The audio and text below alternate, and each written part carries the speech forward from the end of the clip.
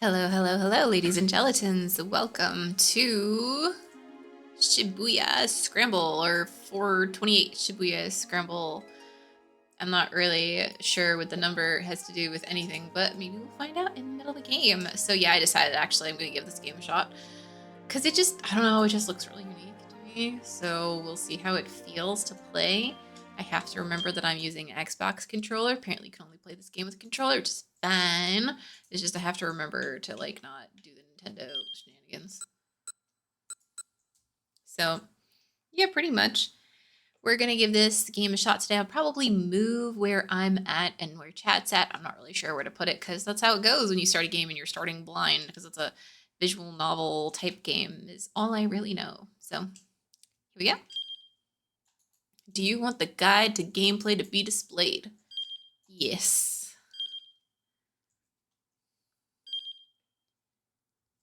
This story is a work of fiction. Names, characters, places, blah, blah, blah, blah, blah is coincidental.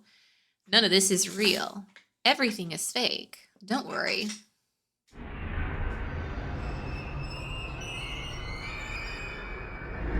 Spike Jutsu. Yeah, boy, get it.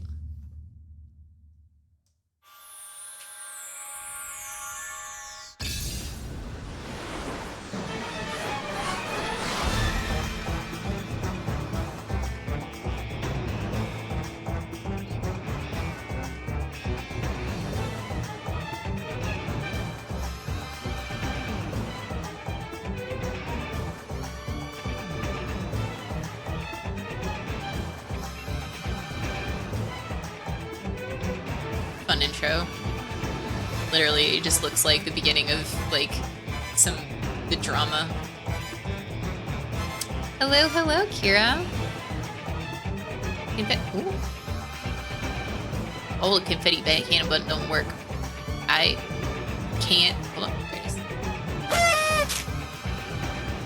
Hello, Kira. Enjoy the confetti of the beginning of this thing.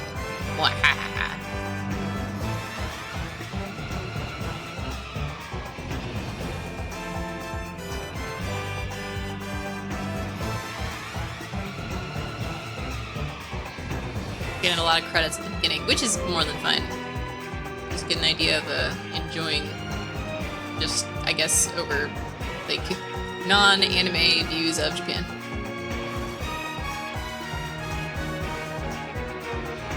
The music's actually pretty lit.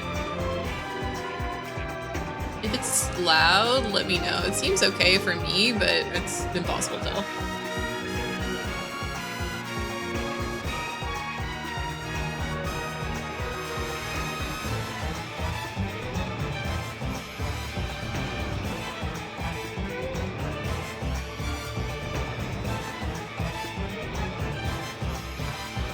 Argo Part 2.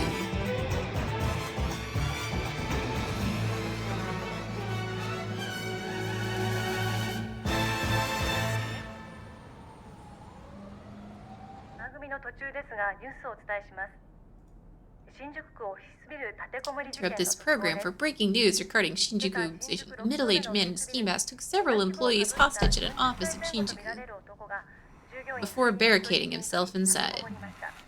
Thank you. Now that 3 hours have passed, the man ceased. Employees believe the suspect to be a man named Kitajima. I've been The suspect has prior dealings with another company and is experiencing money problems. Authorities believe this to be the motivation for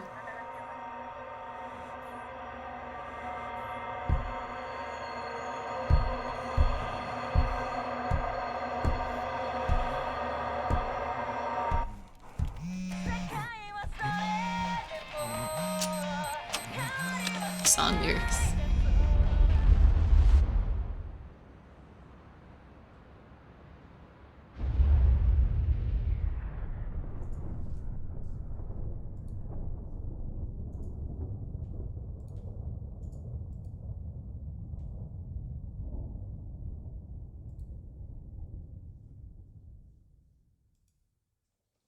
Shibuya's story is yours to tell. You don't remember anything from the intro? Me neither. Wait, I mean, I've never played it. I mean, I haven't, so of course not. Select a character. As you play through the game, the various mechanics will be explained. In 428, you follow the stories of multiple protagonists at once. Your decisions impact their experiences as you read the story. What does the day hold in store? Their fate is in your hands. Hopefully you can see them all through to the end. To start, you have two characters, Shinza Kano and Achi Endo. Let's begin by checking out Kano's story. Yeah, we can't. Yeah, hey Kano, what up? I love this zoom in. It's so spectacular with the SFX. Just 2 more minutes to go. Shinya Kano noted the time again on his watch, scowling at the slow creep of the second. You cannot do the other. Nice. The time was 9:58 a.m. Furrows of consternation creased his forehead. He wasn't nervous, but he knew better than to expect everything to go smoothly. Keeping a level head was proving rather difficult. There was no room for failure. Lives were on the line here.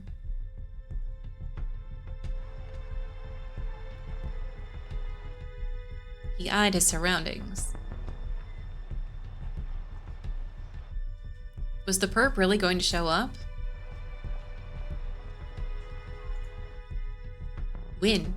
Where would he be coming from? How would he make his approach?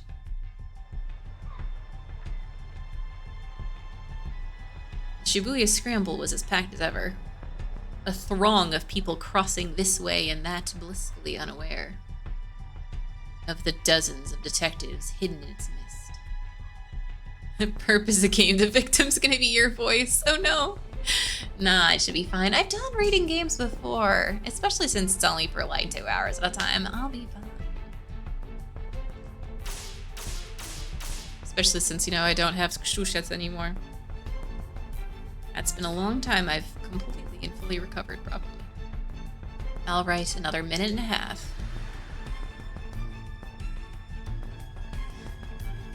Kano glanced in. This detective sure has a lot of time to style his hair in the morning.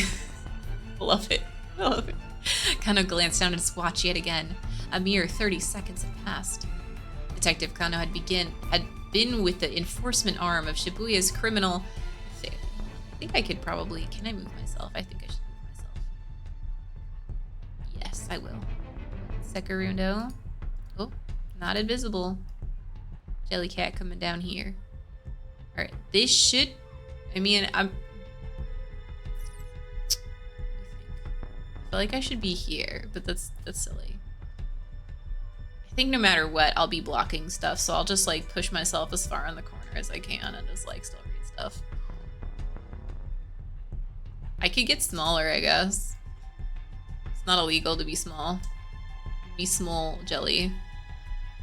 Small jelly. Get smaller. Yes. Seems okay. I can just be like here in the corner, like little small jelly, cover barely any of the text. We'll be good. We'll leave it like this for now.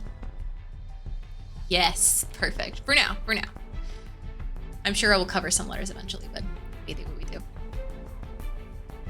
right, he'd been in with a section for a year now, but he'd never been part of an operation this big before. Hello. He eyed the young woman standing beside the statue up ahead. She was small enough to get lost in the crowd, and she carried a nondescript attaché case. I love the mix of video and clips and photos. It's actually really cool stylistically. Hitomi Osawa, age 19. The attaché case in her hands contained a full 50 million yen in cash. Yesterday, her twin sister, Maria, okay, interesting, I'm sure there's some story there, had been kidnapped. This was the ransom payment. The culprit had called Hitomi last night at home, referring to her by name and telling her to wait by the statue of Hachiko in Shibuya. She's small. We can be small. It was almost time, but nothing. Kano was staring fixedly at the second hand on his watch when a homeless man sitting on the sidewalk murmured just loud enough for him to hear. Come on, Kano, quit looking at your watch so much. What if the kidnapper sees you? Hey, Alcool, welcome, welcome.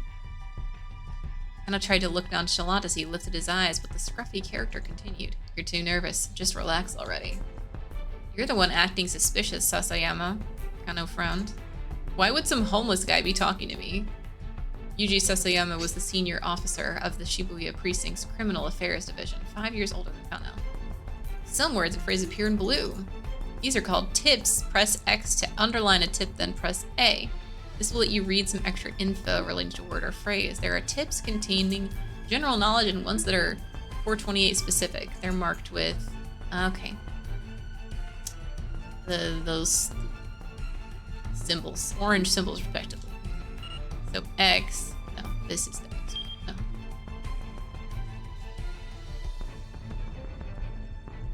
Okay.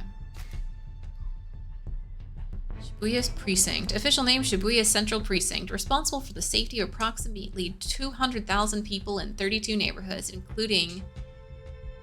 I'm not reading all of those names. There is no need for me to read all of those names, which we will instantly forget. He always went a little overboard with disguises. He claimed it was all part of the job, but word around the station was that he just liked playing dress-up. Hey pal, spare some change? Sasayama lurched to his feet and shuffled in close to Kano. Hey, knock that off! Fittingly for the part, Sasayama reeked pretty badly. Well, ain't so suspicious now, huh? He clung to Kano with mock camaraderie, despite the younger man's attempt to pull away. This is Jelly... Well, am I being evil? No-uh. Not yet. I have no reason to be evil yet.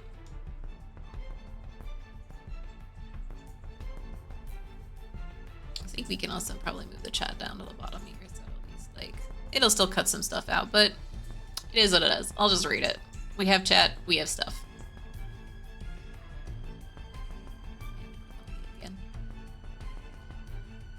Sasayama's blithe confidence rattled Kano's nerves. Of course, there was good reason for that confidence.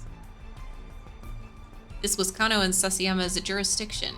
Are they gonna explain to me what a jurisdiction is? Oh, it literally is a dictionary definition of a jurisdiction. Okay. A particular region over which an organization or member thereof has control or authority. Refers here to the area under the jurisdiction of various police precincts. The Metropolitan Police Department, at the pinnacle of Tokyo's police hierarchy, has vastly more authority than the local precincts. But since many officers wind up needing to work with both, the outright rivalry between the two isn't as notable as TV dramas may make it seem. Good to know. We get to hear about drama.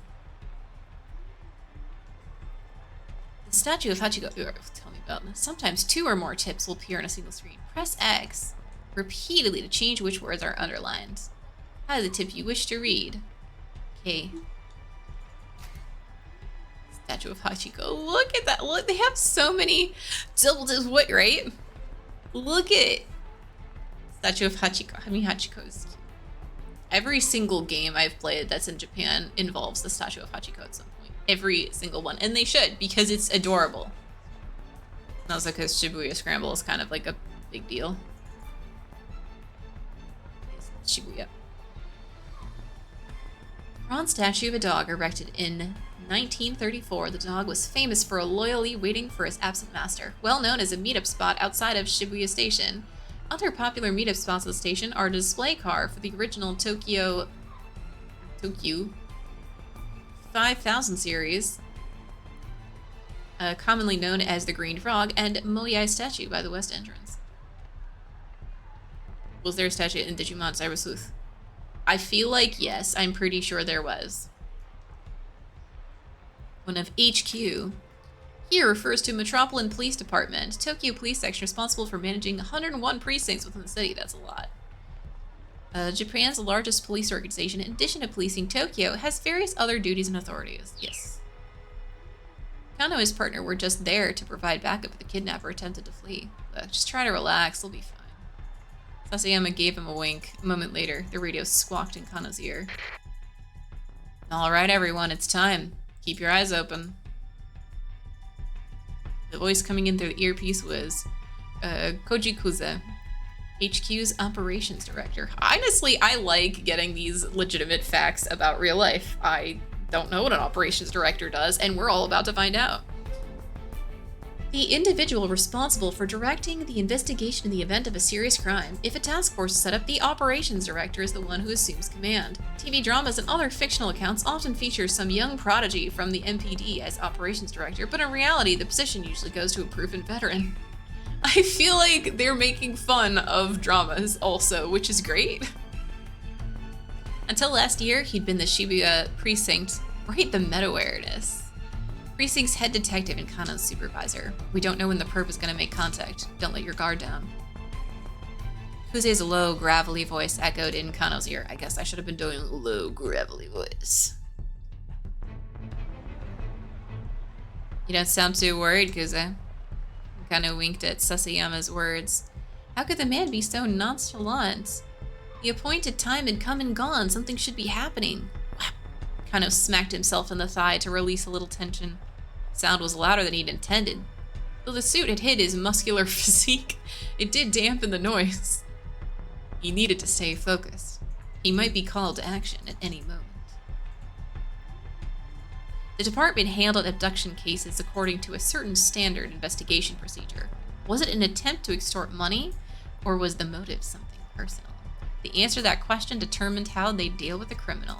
Based on the investigation team's initial findings this time around, they probably weren't dealing with a professional kidnapper. Still, in all likelihood, it was someone with quite a long rap sheet.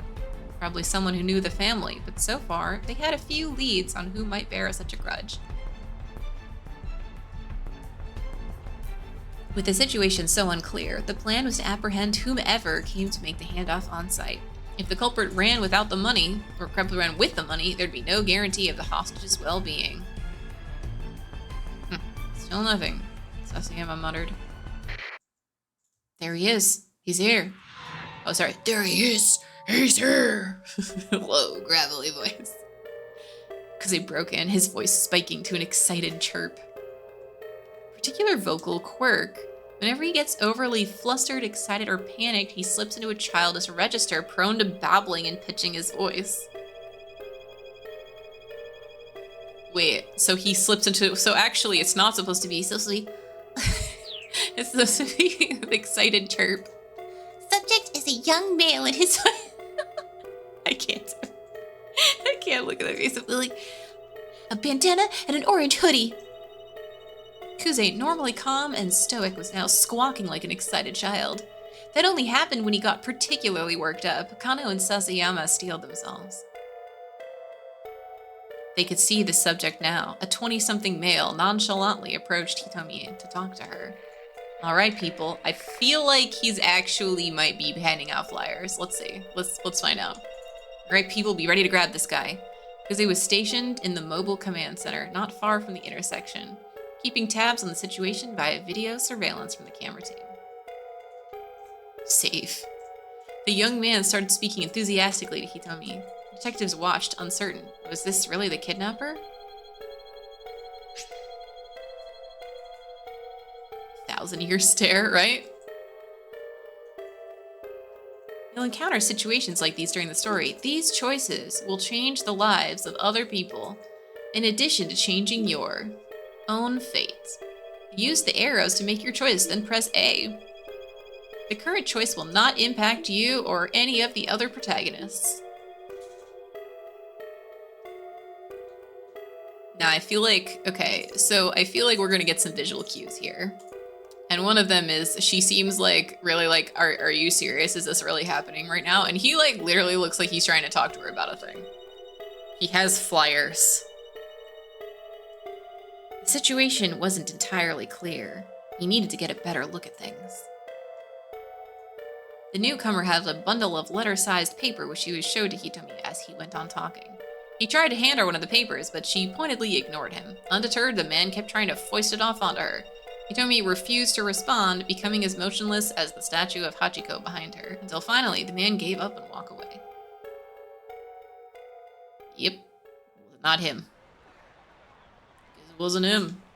Kano felt the tension of the moment linger in his spine. Guy must have been hitting on her. Hitting... Oh my god, we have a definition for what hitting on her. Okay, succeeding at meeting someone on the fly like this takes a special knack. Looks are also important. Sometimes, of course, the person trying to get your attention out of nowhere is just trying to make a sales pitch for a product or a nearby establishment. At first glance, it isn't always easy to tell the difference. I mean, she is pretty cute and all. He had a point. Though, of course, something in Sasayama's voice made Kano brace himself. She's got nothing on my Mi-chan. Mi-chan was Sasayama's wife. They'd gotten married just last month. Look at his face. Let me tell you, Kano, married life is the best. You gotta hurry and give it a try for yourself. Tips that are actual tips, right? This was Sasayama's favorite topic lately, and Kano was getting more and more fed up with it. Sasayama, come on, just knock it off already. The phrase had become a common refrain of his since the department partnered them. Fine, fine. Let's talk about your girlfriend then. Huh? Now? You can't be serious. Sasayama leaned in close again. What's she like? We are not having this conversation. Kano muttered, looking away. Oh, come on. Sasayama set his hand on Kano's chest, still playing the homeless troublemaker. Show me your phone. Let me see your lock screen. Huh?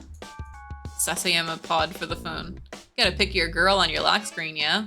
I do not. But he did. It was scary how on the mark Sasayama's instincts were. Hey, cut it out. We're in the middle of investigation. I am investigating. Sasayama chuckled as he plucked the phone from Kano's pocket. What? Detectives being detectives. His face scrunched up with astonishment as he looked at the lock screen. The heck is this? It's not... Ain't this Masami Nagahama? Who? A national star. Tends to play the heroine on national morning soap operas or national historical dramas. Her songs have been a series of national hits, and she's even slated to host the year-end national singing competition program. Everything about her is national. This is Slavic squat. Listen, the Japanese also do the squat. It's true. Kano realized he had to bite the bullet. No, that's my girlfriend. Her name's Rumi and she's... Sasayama cut him off. You're telling me this ain't Masami Nagahama, the famous actress, because this right here is Masami Nagahama. Like I said, you sly old dog, trying to make like you're dating Masami Nagahama. I'm not. I mean, I guess Rumi does kind of look like her. It is kind of like some SNES music. I dig it, honestly. Sasami let out a huff. For real? You really think I'm gonna fall for that? It's nothing to fall for, I swear. Sasayama scowled, unconvinced. Alright then, why don't you marry her? Kind of stammered because he had no answer. Like, how do you answer that? Oh yeah? This is your girlfriend? What? Prove it. Prove it's your girlfriend. Just marry her. Like, what? Like how menu is English. The truth was, he would have happily married her already, but there were obstacles that needed to be overcome. Okay, playtime's over. Let's focus on the job. Sasayama handed back Kano's phone and turned his gaze back to Hitomi. Kano let out a quick, uneasy sigh, but his shoulders did feel looser. Maybe Sasayama had been trying to relieve a bit of the tension. Maybe he should be grateful. This is actually very, very silly. By now, several minutes had passed since the guy with the papers had gone away. He peered at Hitomi. The strain on her face was visible. In addition to the weight of the attaché case itself, the 5,000, 10,000 yen bills it held weighed close to 6 kilos. Her slender arms must have been getting tired. Still, she refused to set the case down. She wasn't taking any chances with her sister's life or with that much money. The kidnapping case. Kilo supremacy, yes. Right? Years of practice interrogation techniques honed into, well, prove it, just marry her. The kidnapping case had begun the day before at around 7 p.m. This is MPD Dispatch. The Shibuya precinct is reporting a missing person believed to be an abduction. I'm gonna click on all of these. Abduction. In Japanese law, the act of indirectly luring or deceiving someone into the control of a third party is known as kidnapping. Using forcible threats or violence to achieve the same results is known as... Oh, okay. Okay, that's actually interesting, the difference between, like, kidnapping and abduction. I wonder if it's the same in the US, actually. Like, okay, so at minimum, this is a kidnapping case that we were talking about, right? Kidnapping is luring or deceiving, and abduction is threats or violence. Subject is Maria Osawa, a 19-year-old student at the Midoriyama Academy. Seen at the LL Diner near campus, a man was allegedly seen forcing her into a car nearby. All officers in the vicinity report to the scene at once. Kano and Sasayama had been working a burglary case in Jingumai's 5th district when they got the call. The two arrived at the LL Diner at 7:15 p.m. At roughly the same time, several other officers showed up to secure the area, blocking off entry to nearby roadways and monitoring the surrounding establishments. Inside the restaurant, Kano and Sasayama looks completely different when he's not dressed as a hobo. Met by the girl who reported the kidnapping, the victim's twin sister, Hitomi. Can you tell us about when Maria was taken, starting from the very beginning? Master of disguise. He just likes playing dress up. My sister and I, we were supposed to go to a party together today. Hitomi was trembling, her voice hoarse. But I messed up the time. I showed up at 7, an hour later than I was supposed to. So Maria had gone alone to the party, a mixer for locals and exchange students. Hitomi, arriving late, had showed up just in time to glance out through the restaurant window and see her sister getting shoved into a car. She described the vehicle as a blue station wagon of Japanese make. Apparently the glasses are optional. We're wearing contacts today. Why would something like this happen to her? Hitomi held back her tears, but she was shaking all over. Did you get a look at the kidnapper? Yes, it was a man, middle-aged. There was another eyewitness, Leland Palmer. He identified himself as a lecturer at Hitomi and Maria's school. I saw it too. It's like Hitomi says. I heard Hitomi cry out, and so I went to the window to look, and his Japanese was halting as if he hadn't been in the country very long. I think that maybe the kidnapper was working alone. Leland explained that he'd seen the man shove Maria into the back seat, then clamber into the driver's seat. If he had an accomplice, would they have been driving? Neither Hitomi nor Leland had gotten a look at the suspect's face. Honestly, quite badass. Kano was interviewing others who'd been on the scene, looking for other potential witnesses when his phone rang. It was Yoshio Kajiwara, one of the senior detectives. We've set up a task force for the investigation. Get back to the station once you have a handle on the situation there. Barely half an hour had passed between the time the kidnapping was reported and the time the task force had begun operation. Task force! Roughly 150 people are working on the case in the Shibuya's precinct conference room. The main force at the work is HQ's first special investigation unit. Additionally, other detective sections, a riot squad, and investigators from neighboring precincts have been assembled. Dang, that's so... 150 people to find this girl. That's a lot of manpower. When Kano and Sasayama got back to the precinct station, Kuze had already arrived from HQ. He informed them that a response team had been formed to investigate their victim's home. Okay, in a case where someone has been abducted for ransom, it's often difficult to resolve the situation without cooperating with the victim's family. The family can also be a hindrance in making an arrest. To help guide the family's actions, a response team is assembled and stationed at the victim's home, led by an investigator with proper training. Okay.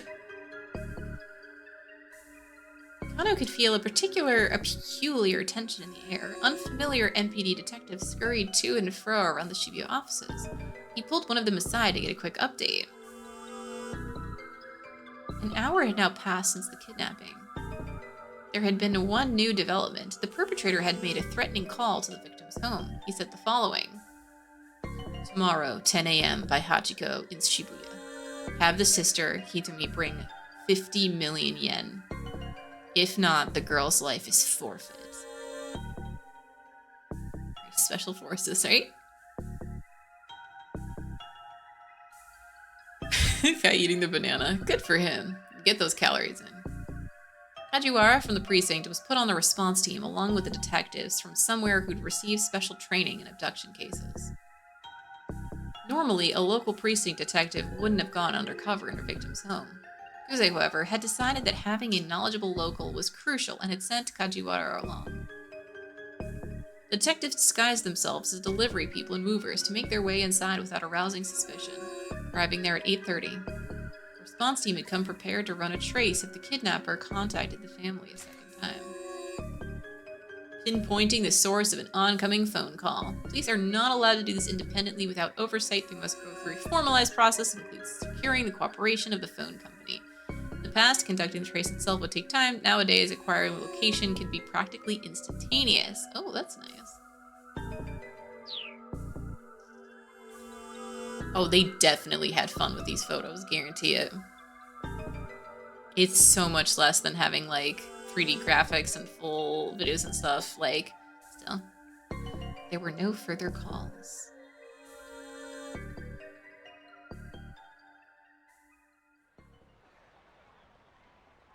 Kano checked his watch again. 20 minutes had now passed since the time designated for the ransom handoff. The kidnapper had yet to appear. Crap, you think we might have spooked him? He wondered aloud. Hey, stay calm, Sasayama scanned the passing throng. He's just playing with us. Why'd this guy even pick this place? Kano voiced the question he'd been asking himself ever since he heard the kidnapper's demands. Sasayama shrugged.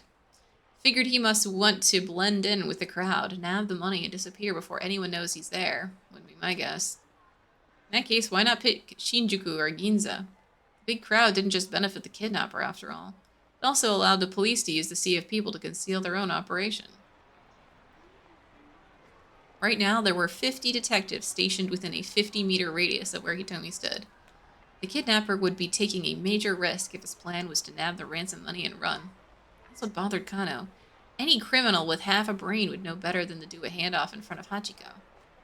You're overthinking things, pal, Sasayama grumbled. No, I'm not.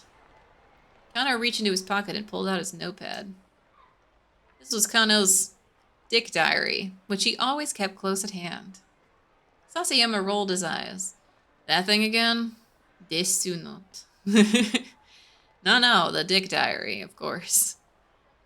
I mean, it is common, like, detective, like, it's also known as a dick. It's a thing. It's a thing from the old days when, you know, dick was just short for Richard before the other meanings. Kind of ignored him, flipping through the notepad pages. Here it is. That's huge. Dick dictum, number 89. The more irrelevant something seems, the more irrelevant it's bound to be. It was a favorite saying of Kyozu Tatano, an assistant inspector from the Shibuya precinct. Tatano was the kind of detective Kano aspired to be. For the current operation, he'd been placed in charge of Hitomi's personal safety. He was in position to defend her as soon as the ransom had been handed off. Yes. Of course, Hitomi hadn't been informed of how much protection she was under. There was a risk that if she acted too secure, it might alert the kidnapper. I think Tatano has the right idea. Sasayama snorted quietly. Maybe. I mean, he's a great detective, don't get me wrong. But do you know how many irrelevant things there are to consider? Again, Kano ignored him. Didn't matter if nobody else understood. Kano had faith in Tatano as both a detective and an individual. Yes, everything is technically irrelevant also. Like, everything is relevant and irrelevant, and yeah, he is. He had first witnessed Tateno's brilliance during a standoff at financial company 3 years earlier. A man had shut himself in an office, splashing gasoline everywhere and threatening to set the place ablaze. While the others hesitated, Tateno unflinchingly doused himself with gasoline and strode into the building, where he managed to talk the man down and secure the scene. Why did he douse himself with gasoline? The others had been awestruck by Tateno's actions. And Kano, who at the time had been content to be a run-of-the-mill policeman, had found it quite inspiring.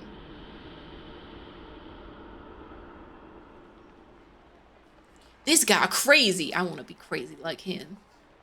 Still, you know, Sasayama murmured under his breath.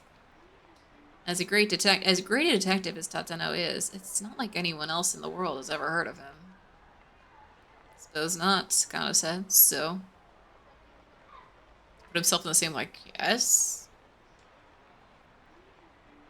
Oh, banana again. Sea of Flames, does it actually make a difference? I guess so. I guess it doesn't matter. But it would be stinky. And it's really hard to get off afterwards. Like, from your clothes and stuff. Your clothes and everything is ruined. You're gonna smell like gasoline forever.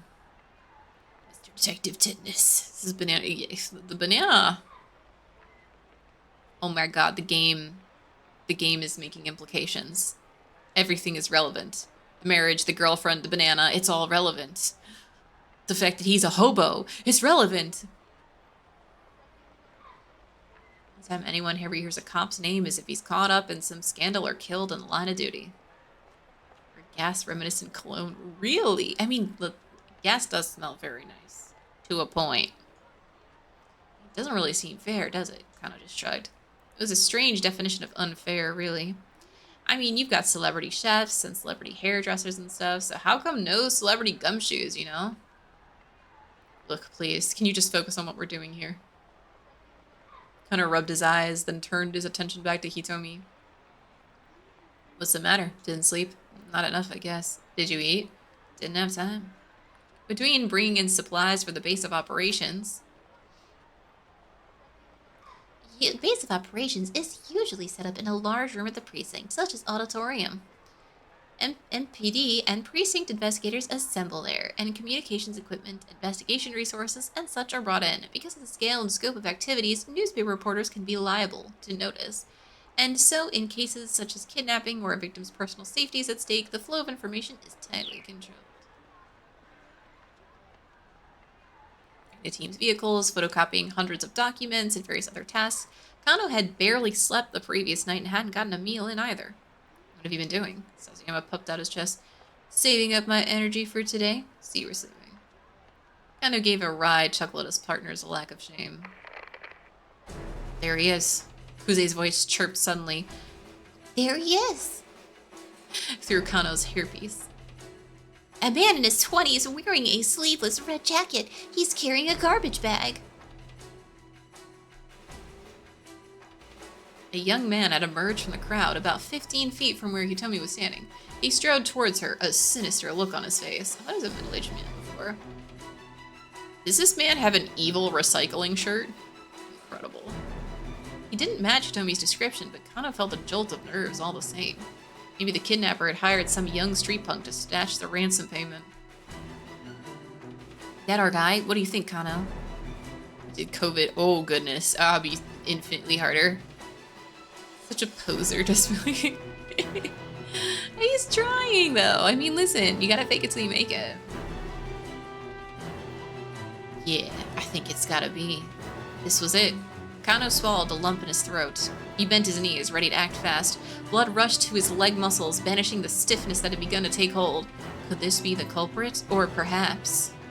The young man tried to snatch the briefcase from Hitomi, but she clung to it with desperate strength. It was him. The detectives rushed in. Whoa, hey, what the hell? The young man cried out frantically and tried to dart away. But the officers closed in, forcing him bodily to the ground. Target secured. Oh, jeez, I think we got another suspect on the scene. Eek, he's taking the ransom. Kuse's hysterics made Kano spin around. Sure enough, a foreign-looking man was sprinting away, attaché case in hand. Yep, because that's what you do. You get someone else to go, pay someone else to go grab a thing. It's the second guy. It's always the second guy. The mob of detectives scrambled to pursue. Before Kano could react, most of them had run off, leaving him to look after the original suspect.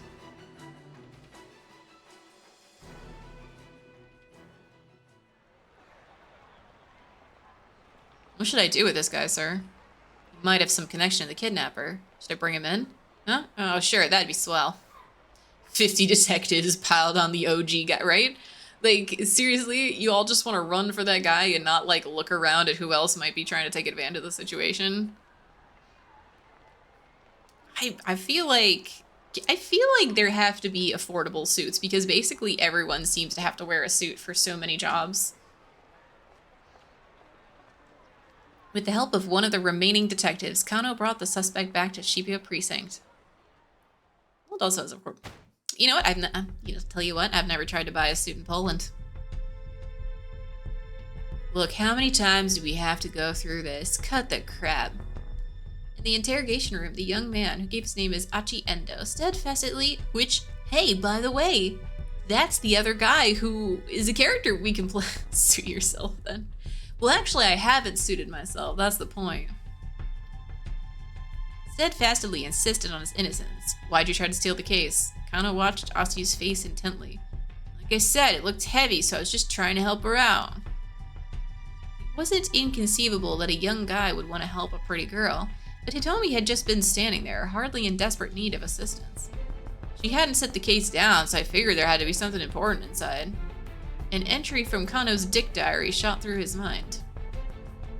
Dick dictum, number 25. When the tongue slips, grab it and yank out the truth. Evil, did he want to recycle? Who knows?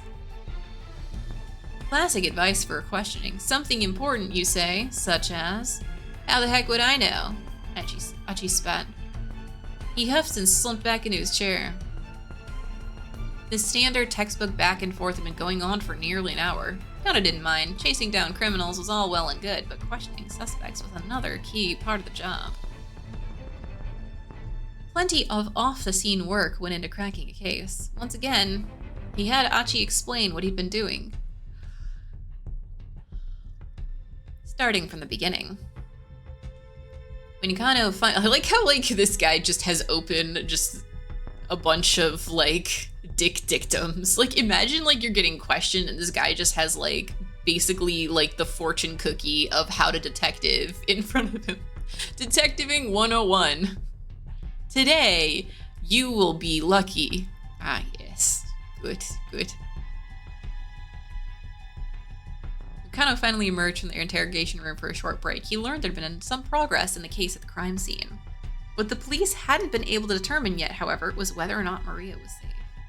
Fighting back his anxiety, Kano consulted his dick diary. We're gonna do that seriously every time, aren't we? Dick dictum number 54. Haste makes waste.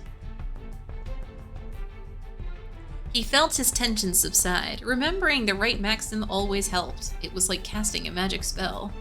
It's also kind of crazy. Kano returned to confront Achi once more. You were there to act as a distraction, to mess up the investigation, weren't you? Huh? Achi looked a bit dumbfounded. What are you on about? Dick dictum number 55! The truth hungers to be free. You hungry? Got some katsudon if you like. Katsudon. Japanese dish consisting of a bowl of white rice topped with breaded pork cutlet and egg. There are several variations such as sauce katsudon, where the egg is replaced with Worcestershire sauce. Why would you replace the egg? Just add both. And miso katsudon, where the pork is stewed in miso. Combine all three of them. That sounds great. Say we're programmers. I'll look up code. No, it's not Stack Overflow. And it's certainly not ChatGPT. Which seems to be the new Stack Overflow, which is sad. But hey, I kind of get it, but also, bleh. Not typically the sort of thing a policeman offers a suspect during interrogation. This could be seen as baiting with food and is to be avoided. Achi nodded silently. Achi devoured the bowl of katsudon with gusto. He looked like he hadn't eaten in a while. Alright then, spill it. That does look delicious. Listen, leave it to Japan to listen, we're gonna talk about food. Let's make sure we have a perfect close-up of how delicious this food is so you can just think about how badly you want to eat this. Oh goodness, yes. Need a journal friend with us. A journal minute is a memory. That's so poetic. You should do it. Do it. Alright then, spill it. What's this guy after? Achi stroked. Oh, he murmured, a thick slice of egg-laden pork between his teeth. How many accomplices do you have? Kano asked, but Achi just shook his head as he inhaled his food. Resignedly, Kano flipped through his notebook once more. Let's see, number 155. Use the lights to your advantage. As the minutes ticked past, he found himself referring to his book again and again, trying a dozen different methods to tease out whatever his suspect might be hiding. The experience began to feel strangely surreal, their two voices echoing hollowly in the interrogation room.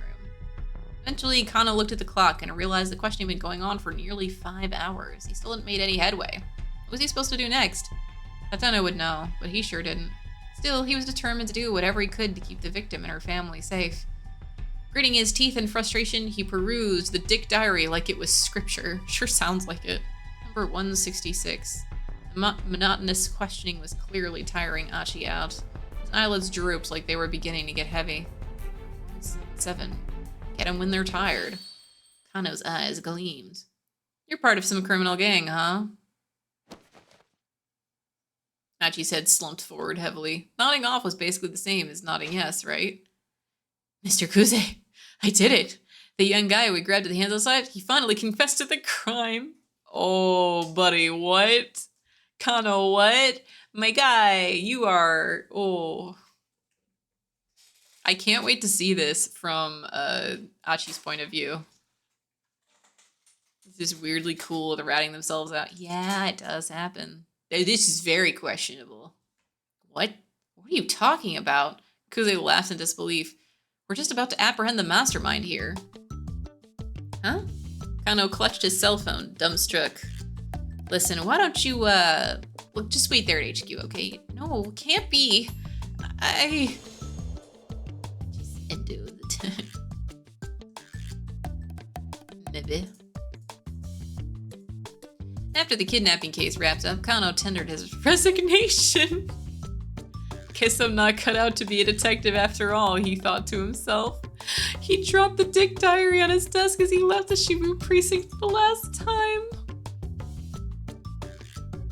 Oh, man. Bad end. How? Kano wound up at a bad end. However, that does not mean that the choice you made for Kano was the wrong one. One of the other protagonists, Acho Endo, has impact on Kano's fate here. You can avoid a bad end by making proper decisions in another character's story. For a detailed hint, check out the tip by underlining the bad end title. Hint, Kano had every reason to suspect Achi Endo, but arresting him turned out to be a mistake. If Achi hadn't approached Hitomi, this wouldn't have happened. Try playing Achi's story up to 10:30, make a choice that keeps him from going to her. If you do that, Kano won't even have a chance to arrest him and things should play out differently. Okay, that's a nice hint, okay. Later went to make a time loop. Oh my goodness, yes. Okay, so we have the keep out symbol here for him. Now select Achi Endo, one of the other protagonists. Let's follow Achi's story for a little while. Oh man, let's find out what his point of view was for this whole thing. Okay, that's a start.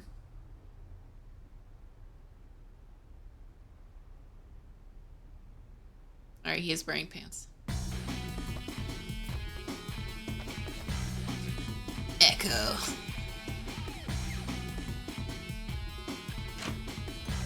He's just, you know, real crazy about recycling. Achi Endo called out to the door to his father's room. Okay, heading out. Sure. His father sounded unconcerned. He didn't even open the door. Sure you don't want me to stay here in the shop? It's not like we're gonna get any customers. Achi grimaced. Yeah, I guess not. The drawer by the front door held a stack of heavy-duty trash bags. Achi pulled out a few of them. It's gonna be that kind of day. Time to save the world. Then slipped on his favorite pair of sneakers. The entryway to Achi's home also led into the family shop. Various pieces of electronics were piled up like so much junk in the tiny retail space. The slightest bump brought the risk of an avalanche. Achi wove his way through the gaps in the appliances like a spelunker exploring a cave. From Shibuya Station, if you make your way past the 109 building, then up the Dogenzaka, you'll come across an old shopping district.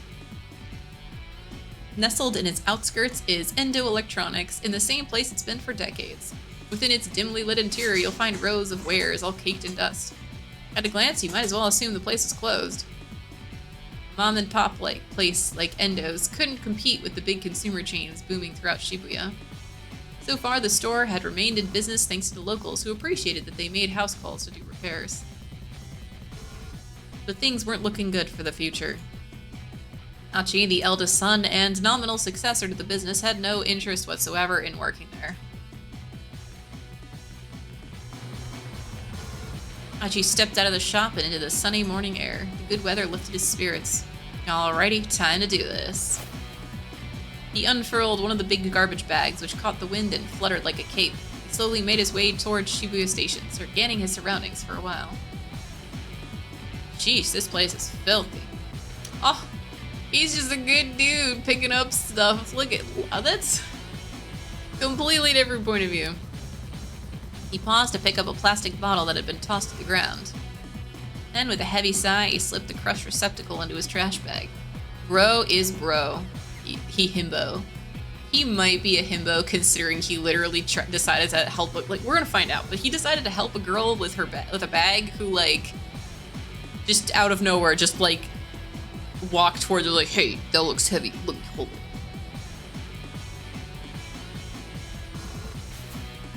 Picking up people's trash, yeah. He'd been picking up trash around town like this for about 6 months now. It had gotten so that the sort of garbage most people would hardly notice stood out to him like a sore thumb. Most days he filled his trash bag to the top by the time he made it from his house to Dogenzaka to the train station. Today he was halfway to the station when a woman's anxious voice caught his attention. "I'm sorry, I'm in a bit of a hurry here." Ho ho. He looked up and saw a timid-looking woman being confronted by 2 men, one with brown hair, one with black. From the look of them, he guessed that the men were scouts from some hostess club.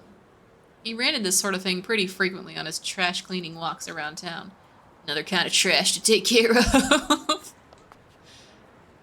Achi quickly interposed himself between the girl and the 2 recruiters. "Hey, can't you see you're bothering her?" "Huh? Who the hell are you?" the 2 men glared. "Take a hike, pal." Achi stood his ground. "Look, she ain't interested. You're just gonna have to find some other mark." The hustler's annoyed. It's turned to open rage. Well, listen to you. Got a bit of a mouth, huh, buddy?" Round-hair thug smacked his lips around, chewing gum like a dog worrying a bone. "How about we take this someplace more quiet?" Oh, I can't wait to see what that's gonna be in the description. Dumb or smart alike. It's true. Like, it's like most people aren't part of an active investigation with 150 people involved. Like, it's just true. What this means can depend on the person speaking. To a young woman, "Let's go someplace more quiet" might suggest a cafe or a park, but to a street punk, it might mean an alley where passersby are unlikely to interrupt. I love these excessive definitions. I love it so much. Like, they'll have words like consternation and things that I don't see. Like, those are some extremely rare words. And then they'll define someplace more quiet. I love it. I love it so much. Like, it is really just, like, full dedication to the bit. The girl stood by uneasily, watching the goings-on. "Hey, take it easy. I'm not looking for trouble." "Is that supposed to be an apology?" "On your knees and beg, pal." Man spat his gum on the ground. Achi looked down at the glistening wad of gum on the sidewalk. His last shred of goodwill vanished. "You better pick that up right now." "What? Didn't you hear me? 'Cause I told you to get down on your knees and blah!" Achi's hand shot out, grabbing the man by the jaw. Whoa, easy, pal." The other man's bravado drained from his face. Achi tightened his grip on the brown-haired hustler's jaw. Sweat dripped from the man's reddening brow. Ugh. The man struggled, but Achi just tightened his grip. Gum's a real pain in the ass to clean up after it's gotten stuck to the street, you know. Alright, I want to see the grab. Like, they're not showing the grab, but... Ever stop to consider that? "Wait, are you?" The other hustler's panicked eyes had fixed on Achi's chest. "Ah! Oh crap! That shirt, man! That guy's voice was starting to break. That's mean clean!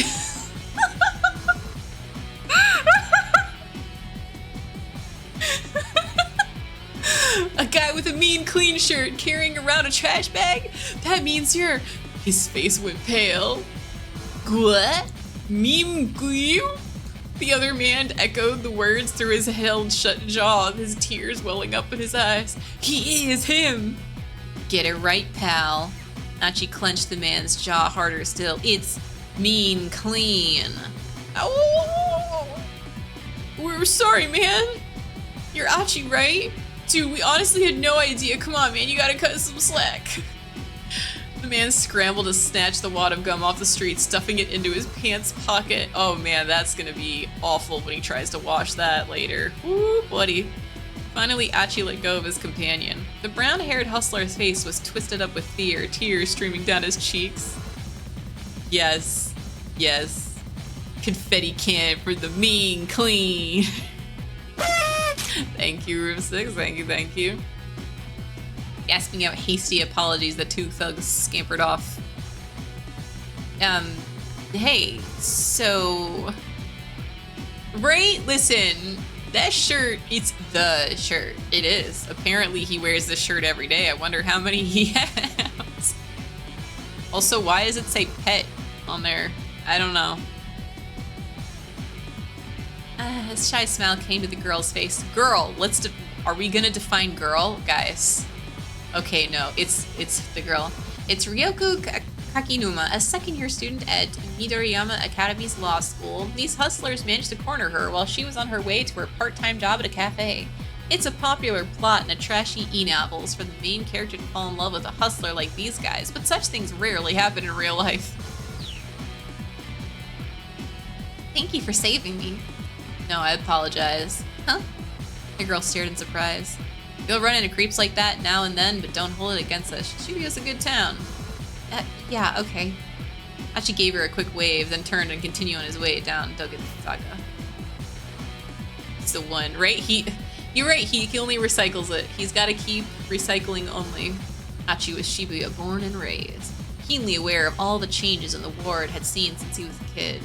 Grocery stalls and inconspicuous little side streets, tiny parks nestled between buildings, Achi knew it all like the back of his hand. Trash, human or otherwise. Trash, human or otherwise. Not a trash human, just in case. Had no place in this town, not on his watch. Achi made his way down towards Shibuya Station. Throngs of people shuffled to and fro the Scramble. The view shifted constantly from one moment to the next, almost as if the city itself were alive. And if the city was a living thing, then Shibuya Station was in its heart. With the streets like Bunkamura-dori and Center Gai serving as the arteries pumping a bloodstream made of people. Honestly, the writing for this is great. Like, there's so much love put into this, and the translation is really good. Today, as ever, the heart was pumping that blood to every nook and cranny of Shibuya. Right? You just give a quick thumbs up. Yeah, just like, don't worry, lady. I'm off to go be Mr. Mean Clean to other people. Pick up more trash. There was Achi, just another part of this great urban organism. Guess I'm one of the city's white blood cells. Or wait, maybe I'm a red blood cell. Right? It's like an old cop show. Let me clean up your act. Oh, hold on. Is that right? Did I have it right the first time? White blood cells eliminate pathogens from the bloodstream, and red blood cells carry oxygen to the body. Actually, I was probably thinking of white blood cells. Random science fact. Emerging from his reverie, he noticed a rather conspicuous young woman standing by the statue of Hachiko outside Shibuya Station. Oh. She's totally my type. Oh my god, every time. I have to. My type, to be up someone's alley, to be someone's cup of tea. Hold on, did you literally just define us like a not slang, a colloquialism with another colloquialism? Did you just define a metaphor with another metaphor? Like, bruh. Like, you're not gonna say to be attracted to someone, you're very much just gonna be like, to be someone's cup of tea. It's so recursive. Wondering if she's a model or small-time actress or something. Looks like she's waiting for someone. Probably another guy. Dang. Good looking as she was, there was no way she wasn't already taken. What kind of guy scored a girl like that? Probably the rich-ass CEO of an IT company or something. Crouching down to tie off the trash bag, he continued gazing wistfully at the girl. Then he noticed something peculiar. She was carrying an attaché case, the kind a businessman might use. It was a large case and apparently so heavy she was struggling to hold it despite using both hands.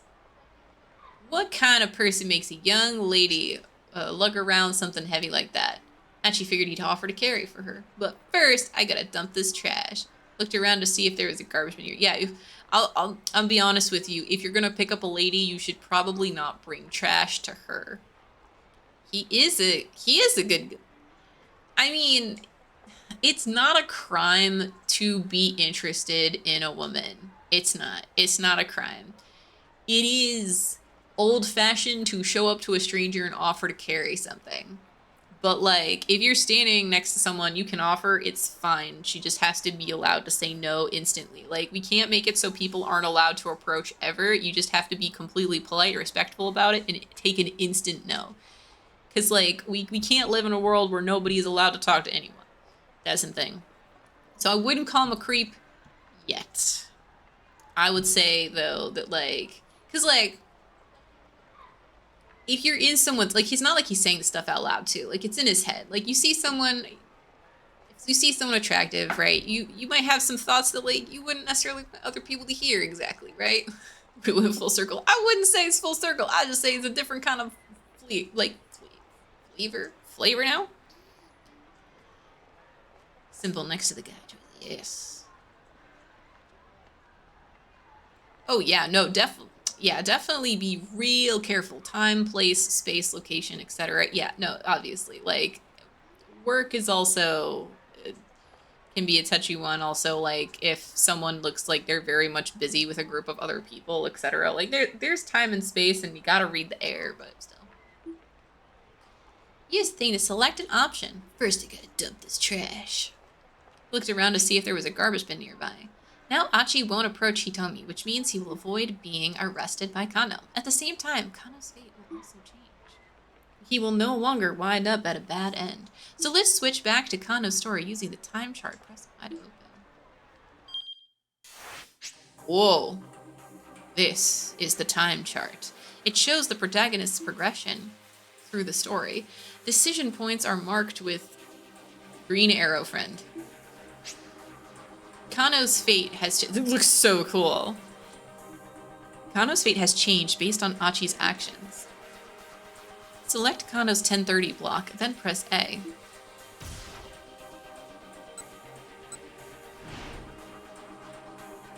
Suspicious man.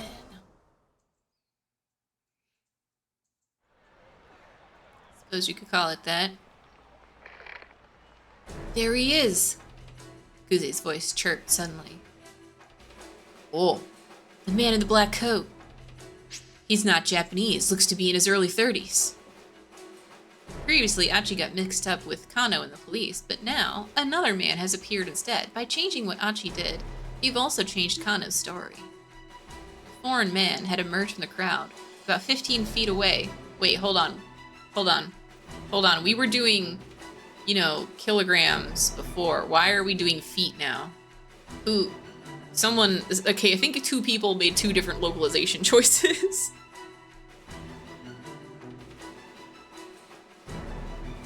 He made his way towards her, his expression blank.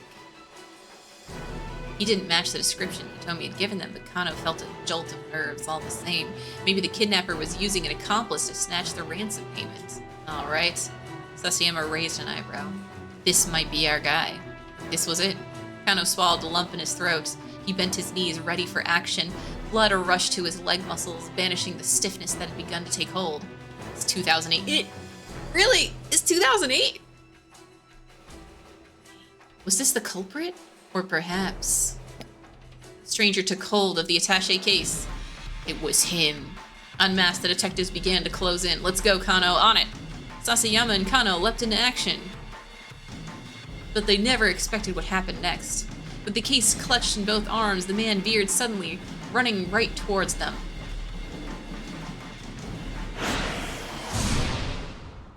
Oh, keep out. Kano's story has suddenly hit a keep out. Keep out refers to a point in the story where your progress is currently stopped. In order to advance beyond a keep out, you need to jump to another protagonist's story. At 10:30, Achi has the text, young man in a suit, set in as red keywords. Checking these red keywords will allow you to jump from Achi's story back to Kano's. Now head back to Achi's story and keep an eye for that key phrase.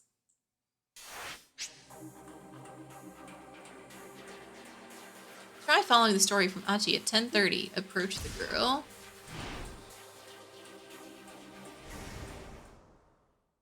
This is so interesting. The mechanics for this are so interesting. Whoa, she's totally my type. She's waiting for someone. Yeah. It's the same.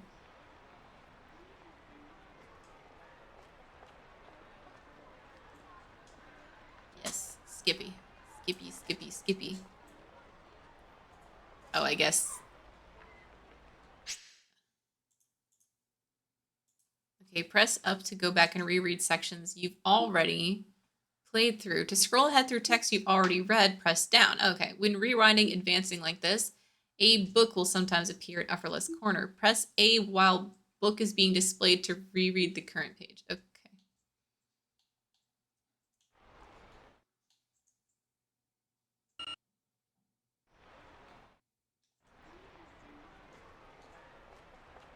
First, I gotta dump this trash. Huh? A man had come up beside the girl. He was dressed in black and he wasn't Japanese. It looked like they were having a conversation. The girl nodded tensely at something the man said. Hachi stared. Something tells me that's not her boyfriend. The girl handed the attaché case over to the man. He took off with it with his right hand and began walking briskly away. Whoa. A nearby homeless man suddenly... Yuji Sazayama, detective with the Shibuya precinct, known as the cosplay detective due to the strange outfits he wears on stakeouts. As if he'd been waiting for this very moment. Sprinting alongside him was a young man in a suit. Red text, important keywords let you jump between different protagonist stories. This allows you to shift between characters at specific points. It can also allow you to clear a keep out in another character's story and let you read on. If you come across red text, press X to underline it, then press A. Window will appear, allowing you to jump from one protagonist to another. Okay, yep. That's so cool looking! So much flavor. I love the flavor. Whoa. I like how the whoa that's on top there. Performing a jump from this screen, you can advance another protagonist's story past a keep out. Press A to confirm and jump over to Kano's story.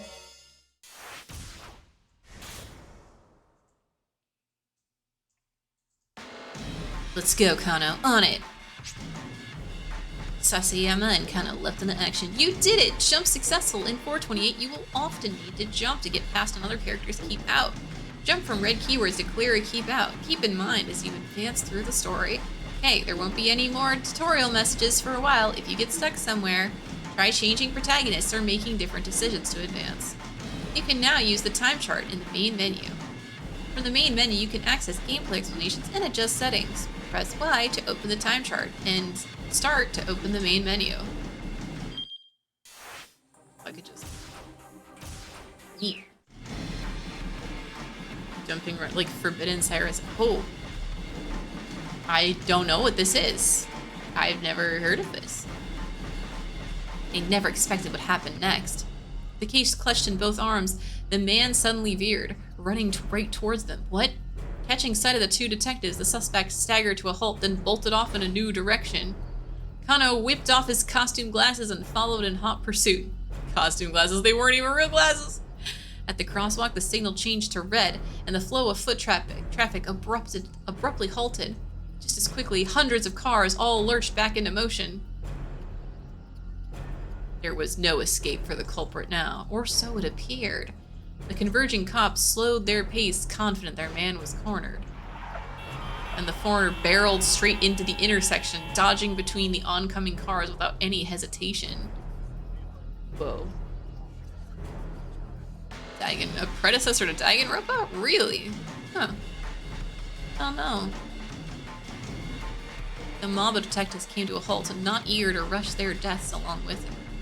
Kano, however, remained in hot pursuit, charging into traffic at the crossing. Kano, are you crazy? Come back!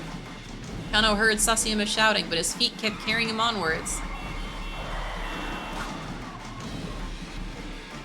With shouts and sirens echoing all around him, Kano closed in on the foreigner. Just a little closer, and he'd be in tackling range. He leaned forward, preparing to pounce, his eyes fixed on the culprit's feet. It was now or never. Kano, back off, don't take him down, was Kuze shouting through Kano's earpiece. Huh? Kano hesitated in surprise. Had he really just been ordered not to apprehend the criminal? Siren, an old PS2 game made by the teammate Silent Hill. In horror terms, it's one of the best of the best. Really? Must have a bunch of viral marketing lore woven into the whole thing before it became so. Ooh, that's so cool. The real perp is somewhere else. Perp is police jargon for perpetrator. Here, Kuze is referring to the fact that the principal offender in the case must be elsewhere. What had happened to the plan? He'd been told that all personnel were to secure the area ASAP. Didn't HQ want them to catch the perpetrator? Arrest team, stay on the foreigner's tail. Police team dedicated exclusively to the task of apprehending the criminal. When a kidnapping case is in progress, the roles of the officers involved are carefully designated, so every officer is ready to take immediate action. Typically, the tried and true veteran MPD police officers are put in charge of teams for breaking into buildings or apprehending the suspect. Forensics team, get busy cross-referencing. Fingerprinting and stuff. Not reading that one. Even if this foreigner was only an underling hired for this one task, the police had now tipped their hand that they'd been lying in wait. If they didn't lock things down now and get more info on the kidnapper, a girl's life might be at stake. Kano recalled another maxim from his Dick diary. Dick dictum number 12. Always assume a worst-case scenario. If Kuze had told him to let this guy go, that was implied he was counting on the team that was now in position. But if the crook had planned a way to break through the police and dragnet and escape with the ransom, and he succeeded, what was the right call here? Should he take the guy down or back off after all? Ooh, a tough one. It's a horrible advice on purpose. I mean, sometimes it works.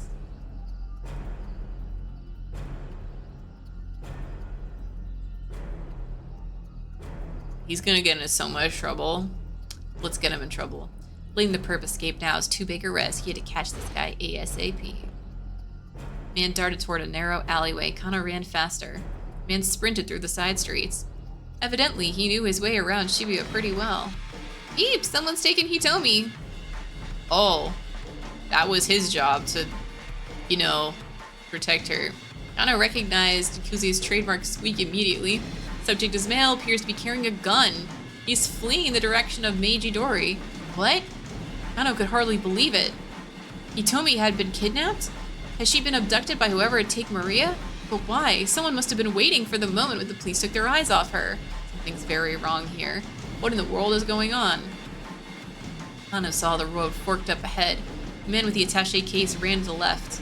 If the man who'd taken Hitomi was heading towards Meiji Dori, there was a good chance he'd gone down one of the alleyways off to the right.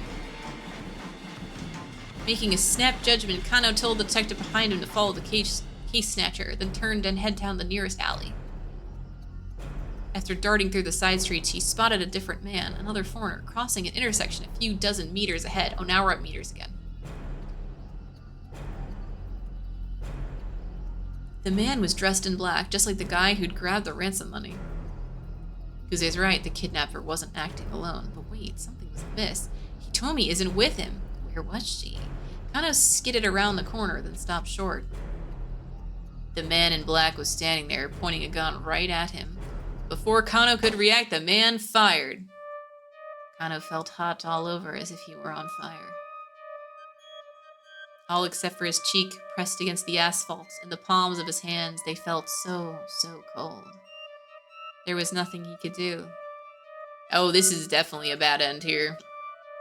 Nothing, that is, except lie there and watch his killer turn and walked away. Bad end. Oh, I want to see the hint. By trying to find the man who'd taken Hitomi, Kano ran into a different criminal. Unfortunately for him, got shot. If the criminal hadn't been able to get near Hitomi, yep, probably wouldn't have been taken. Have Achi make the choice to talk to Hitomi instead. What? Really? We have to go back and actually have her talk to Hitomi? This is so interesting.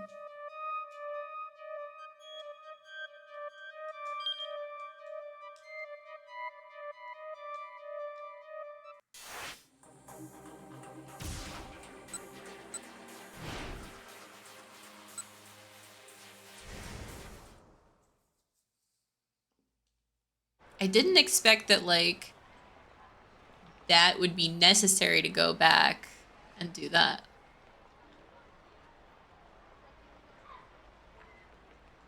What kind of person makes a young lady lug around something so heavy? He'd offered to carry it for her. The girl kept shifting her grip. It was clearly a strain for her to keep holding the case, but she didn't set it down. Whatever was inside, it had to be something pretty important. Achi made his way over to her, bristling inwardly at whoever had left her waiting like this. If I were you, I'd bust the head of the pump that kept you waiting. Huh? That thing looks heavy. Let me carry it for you. The girl stared back at Achi with wide eyes but said nothing. Okay, then trying to take it is... That was the part where that's where it gets creepy and not okay. You don't... If she doesn't say yes... No. Really, I'm happy to help. I'm not going to steal or anything. His tone was hurried and he impulsively reached out for the attaché case. Instant later, a group of men descended on him from all sides. Whoa, hey, what the hell? Yeah, no, it's creepy now. For an instant, Achi froze, unable to process what was happening. He tried to run, but the men shoved him unceremoniously to the ground and held him there. They were shouting about something or other, but he couldn't make out their words. The more he tried to struggle, the harder they held him down. What the hell is this? You can tell us that down at the precinct. The man in a suit knelt alongside him, flashing a police badge. Small notebook for the bear to run it. Oh. Modeled after. Yeah, the faces are great. What? You're arresting me? The heck did I even do? Instead of answering, they shoved Achi into the backseat of a patrol car. He gazed dejectedly out the window. He could see the girl. She didn't have the case anymore. Now she was talking to a man with a cane. Is he the person she'd been waiting for?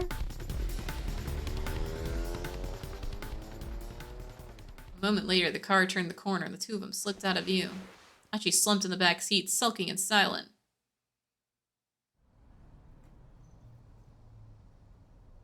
Several hours passed. After a bunch of pointless questioning, the police finally determined he was innocent. His father came to pick him up. For a long while, Achi just stared intently out of the window of the car. Finally, his father caught his attention. The old man seemed to be in a surprisingly good mood, despite having to collect his son from the jailhouse. Achi, there's something I want to talk to you about. If it's about me taking over the shop now, is not the time, okay? No, it's not that. Look, let's just get home first. Sure, I don't feel like going out today anyways. Now I'm curious, what do you want to talk about? Got some good news. I think you'll be pleased. Not sure I like the sound of that. Don't tell me you're getting remarried or something. Dad, I really don't like the sound of that. And so began a very long conversation.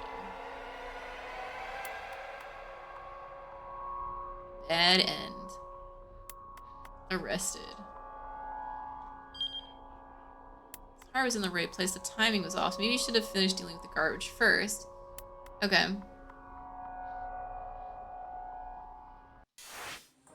Okay.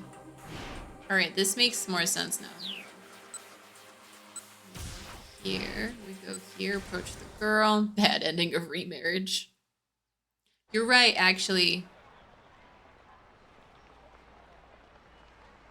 Hey, but listen, at least we know what happens now. First, I gotta dump this trash. Huh? Man to become beside the girl. He's dressed in black, wasn't Japanese. Something tells me that's not her boyfriend.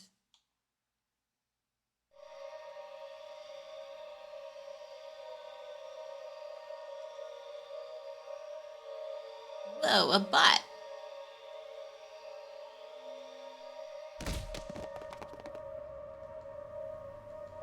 I'm not sure how to skip this part. Then, seemingly from everywhere, a whole bunch of other guys burst into motion. First one, then another. A third, a fourth, a fifth, over a dozen now. What the heck?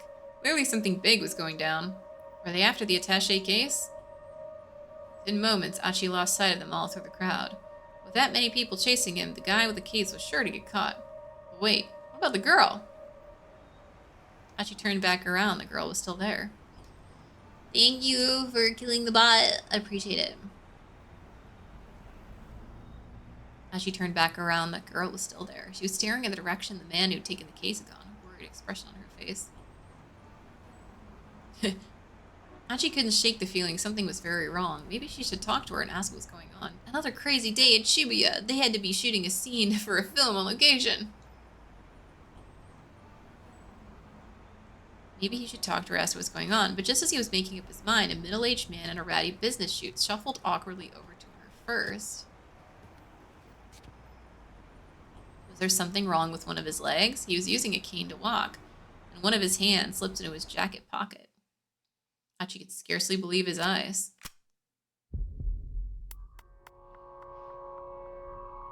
50 months stuck on that bike. Good, good. Revolver? Colt Detective Special, a .38 caliber revolver that was introduced in 1927 by Colt Manufacturing Company, a classic example of a snub-nosed revolver. As the name implies, the weapon is frequently carried by detectives, narcotics officers, and like for self-defense.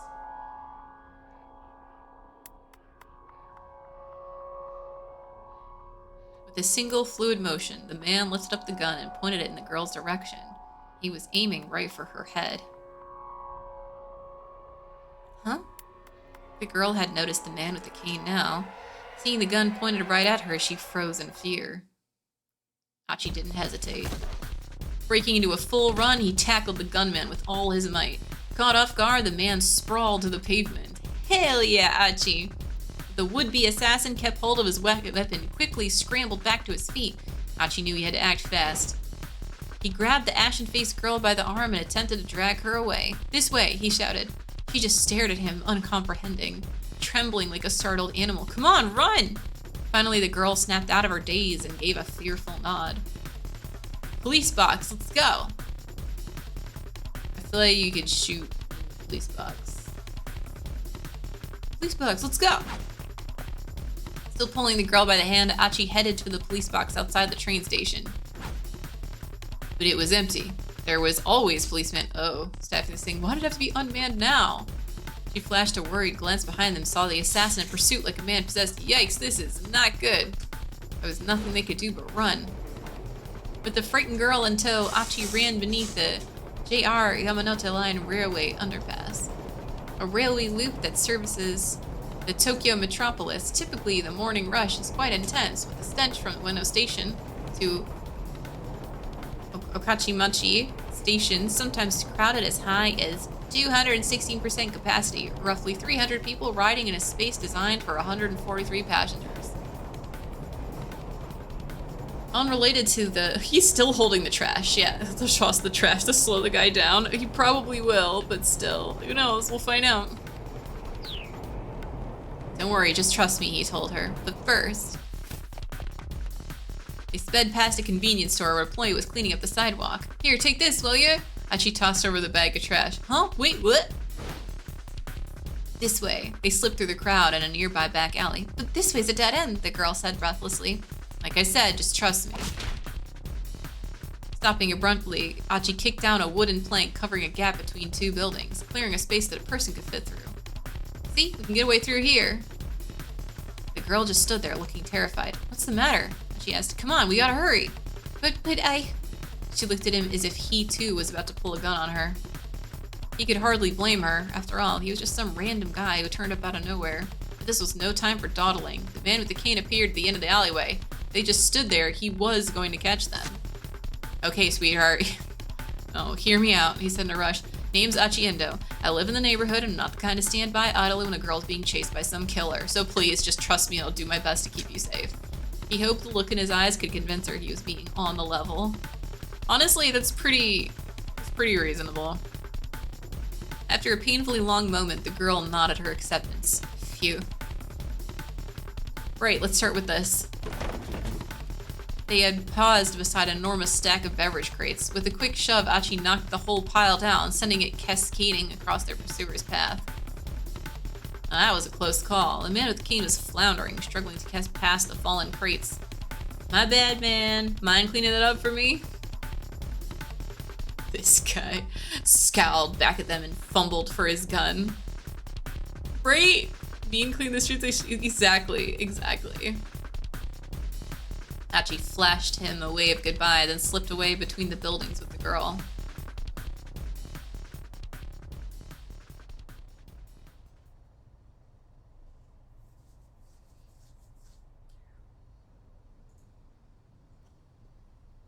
Hurrying down a narrow alley, they emerged onto a side street lined with dive bars and clubs.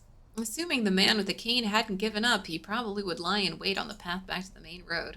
Achi decided their best bet was to try and stay inconspicuous, rather than risk getting caught on the move. Guess we can lie low here for a bit. He led the girl to the entrance of a tiny old hostess club. She followed him reluctantly.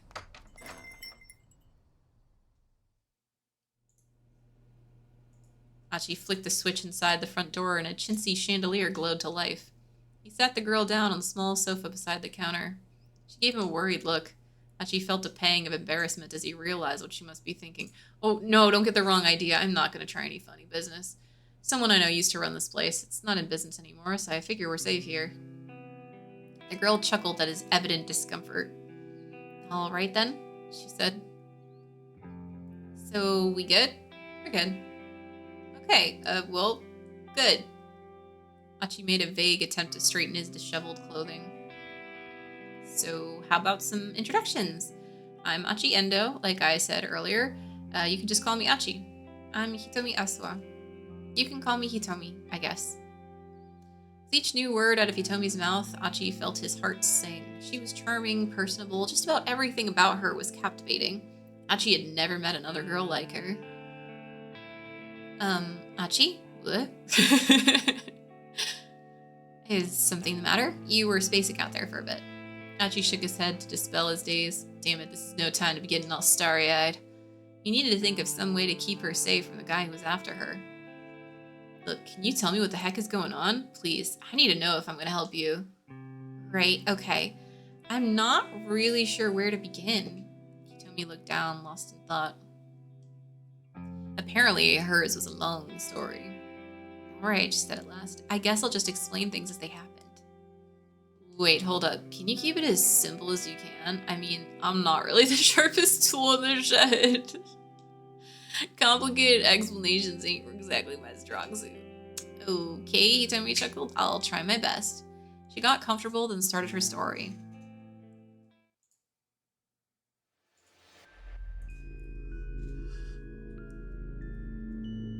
So last night, somebody abducted my sister. The kidnapper demanded that I make the ransom handoff personally. He told me to stand by the statue of Hachiko in Shibuya at 10 o'clock in the morning to make the exchange, so I did. And this man came back. Hold on, what? No. Back. Okay.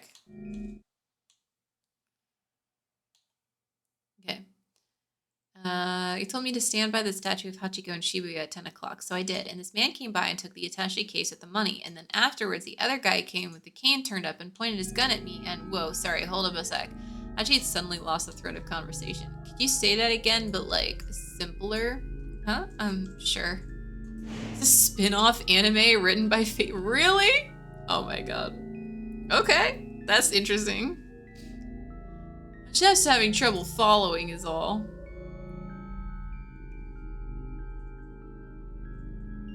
Lost the thread. I mean, is this the plot of some movie or soap opera? No, that's not. Or some kind of hidden camera show? This is real. This really happened. Hitomi's eyes was dead serious. She's gotta be telling the truth. What would be the point of lying? He'd seen the attache case and the gunman himself. How much was the ransom? Don't mind me asking. Hitomi hesitated. 50 million yen, she said after a moment. She gave a whistle of amazement.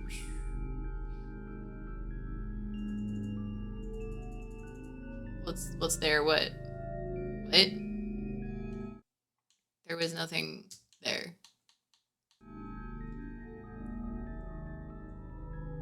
The detectives told me that was a typical amount for a kidnapper to ask for. That's plenty, that's for sure.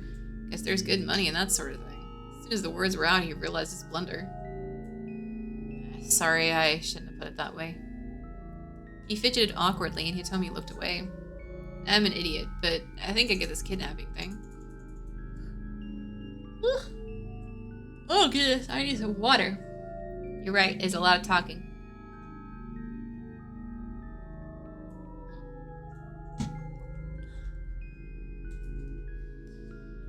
I'm an idiot, but okay, I get this kidnapping thing, so I'm guessing those guys who chased the guy that took their ransom were undercover cops. He replayed the scene in his head.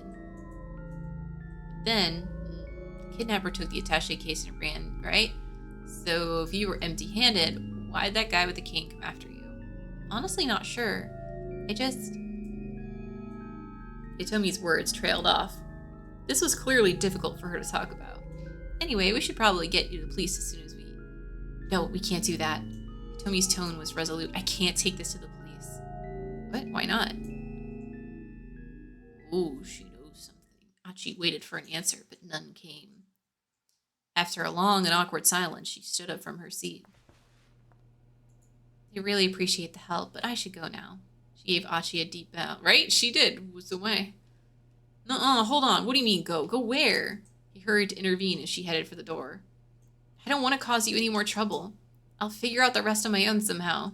Hey, I said hold on.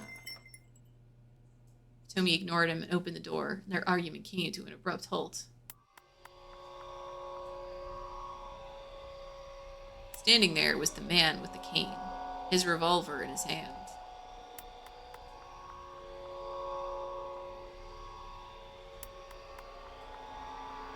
She's dumber than Achi, maybe.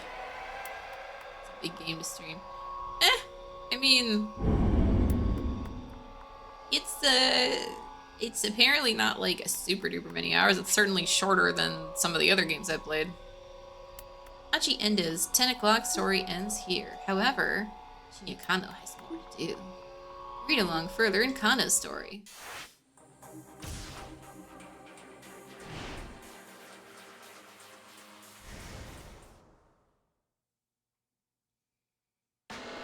Crowdfunding it, really? Man darted to a narrow alleyway. Kano ran faster. 65 hours? Why? How? Like, the people online were saying it was like maximum like 20 something. Like, did you get every single Achibo and everything, or what? That's not my goal. Man sprinted through the side streets. Evidently, he knew his way around Shibuya pretty well. Well, that would do it if you're trying to get, like, every single everything. That's obviously going to be significantly more. I don't plan to stream the 100%ing. Success for the game was announced by the crowdfunding project. Funding exceeded the required fund by 670%, which led to the full development of the project, later named Shibuya Scramble Stories 43. On July 14th, Ishii launched a live stream video event where he announced the game demo will be released by 2027. Whoa, that's super cool. I accidentally had a good timing to give this game a shot. I really just got it because it was on sale on Steam a while ago. Man shot out onto a major thoroughfare, then bolted up a pedestrian bridge. Just where the heck was this guy heading? Halfway across the bridge, the man stopped abruptly. Cautious, Kano stopped as well. Oh god, creepy foreigner smile. Height, roughly 190 centimeters. Age, 30s. Hair, dark brown. Clothing, all black. Teeth, in a state. A moment later, the man flashed a triumphant sneer. He held up the attaché case. Before Kano could even yell stop, it was too late. The The man threw the case down to the roadway below. No! Panicking, Kano peered over the railing. A man on a motorcycle was waiting beneath the bridge. I've been had. Kano bit his lip hard. Damn it. Kano sprinted back down the bridge, hearing the bike's engine roar to life. He had to make it on time. Descending the stairs 4 at a time, he leapt towards the roadway, but the bike sped out of reach and roared away in the direction of Yoyogi, leaving Kano in its dust. Looking back up at the overpass, he saw the man who threw the attaché case running away. Yeah, you handed the money off to someone else. He's currently on a motorcycle heading towards Yoyogi. His report to Kuze complete, Kano slumped down in dismay. The cops had played right into the criminal's hands. Now the crooks were getting away and people's lives were in danger. Is there any greater failure for a policeman? Staring off in the distance where the man who'd thrown the case had disappeared, Kano gritted his teeth. Yeah, you could have at least gotten the guy.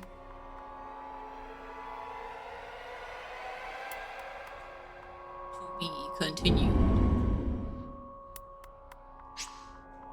You've finished reading both character stories for the hour of 10 o'clock. In 420, you'll make your way through all the protagonist stories in parallel like this. Once everyone has reached the end of a given hour, the next hour can begin. Nice, okay, that's a cool way to do it.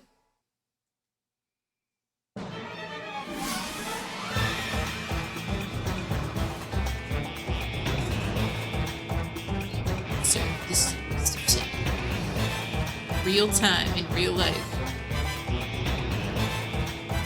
Well, like, not necessarily. It's more just like you could get a bad end and continue as the other character, but they're like, no. You have to get the good ends with everyone first. Then you know if you get a to be continued, you're in a good place to get a good end. Like, they only make you do an hour at a time. It's nice.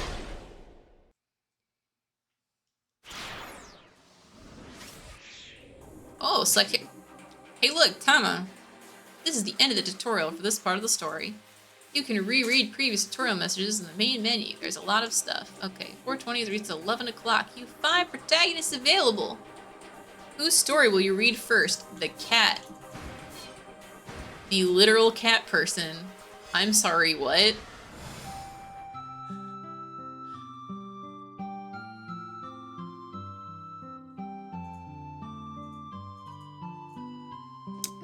I didn't see this coming, I guess.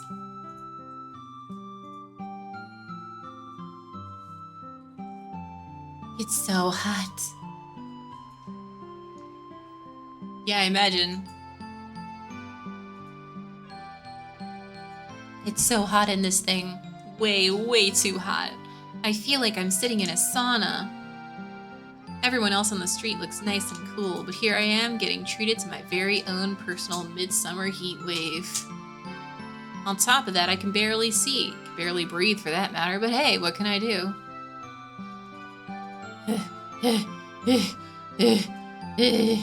Oh, I'm so thirsty. Some iced tea would be amazing right now. I'm gonna pass out from dehydration at this rate. I may as well admit it. I underestimated how tough this would be. Who knew wearing a mascot costume could be so uncomfortable? Me, I knew this. Not because I've worn one, but because I've ever worn anything that I didn't want to wear in the summer, and it was hell. A delicate young lady like, myself has no business doing this sort of job. I suddenly have so much respect for the people in those superhero team shows. Can you imagine doing action scenes in something like this?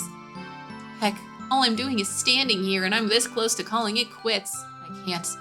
I need the work. I need the money. Good jelly cat costume. I mean, that would be fun. But boy howdy, would it take up way too much space in my apartment.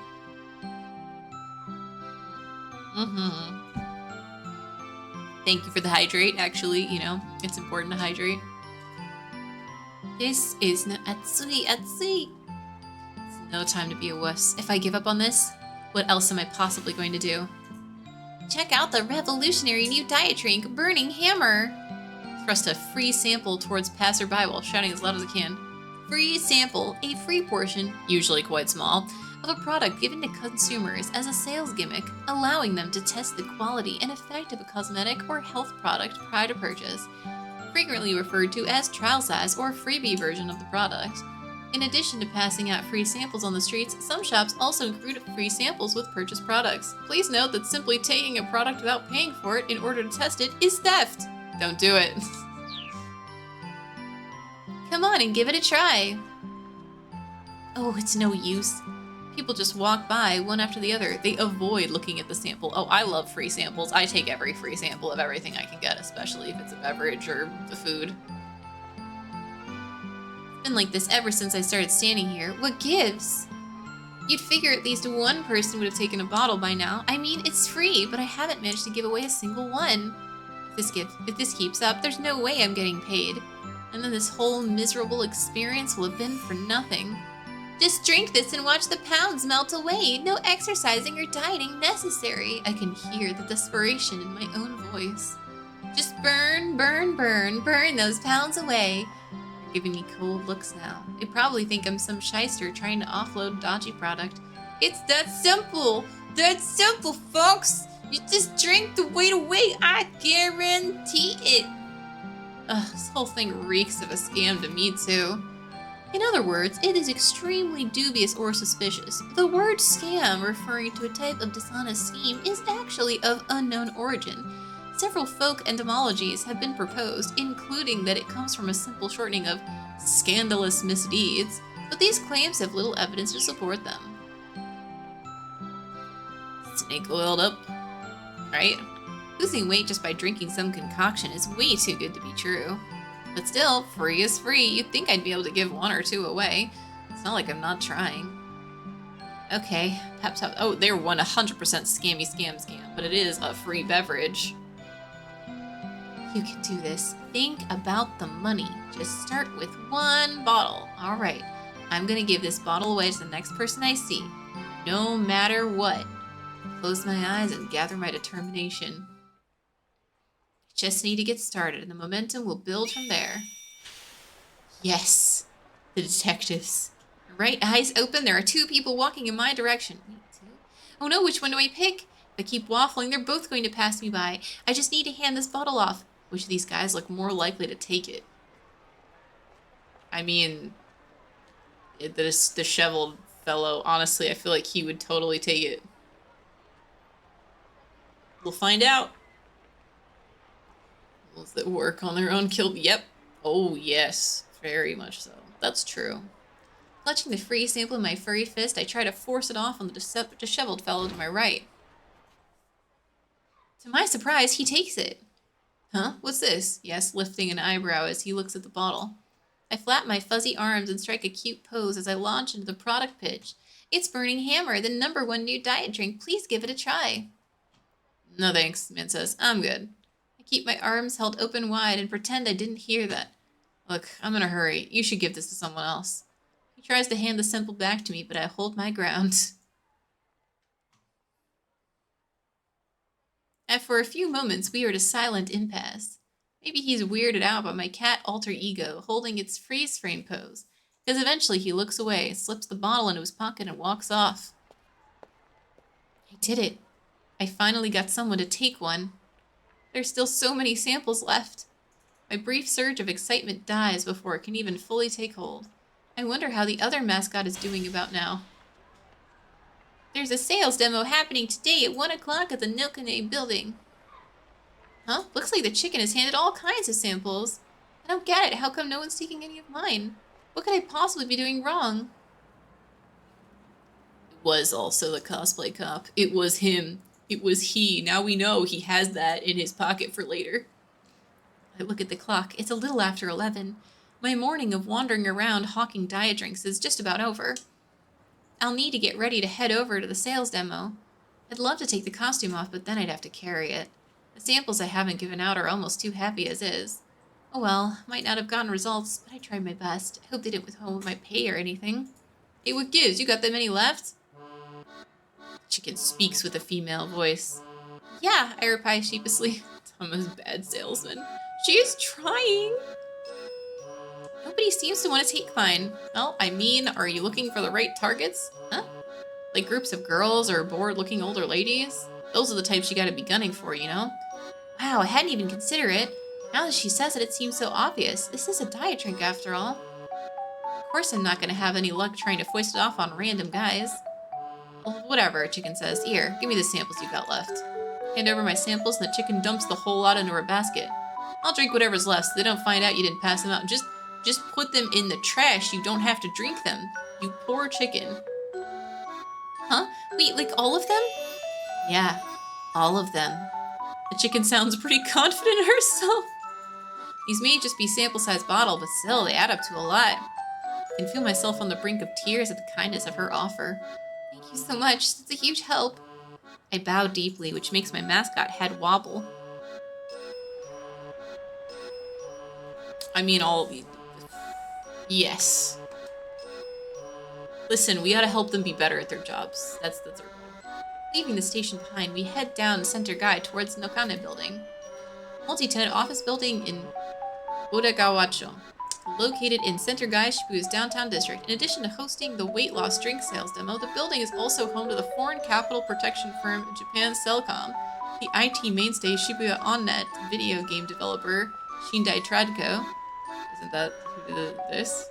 And Strike Back Labs, publisher of the monthly magazine Science Strikes Back, along with many other businesses.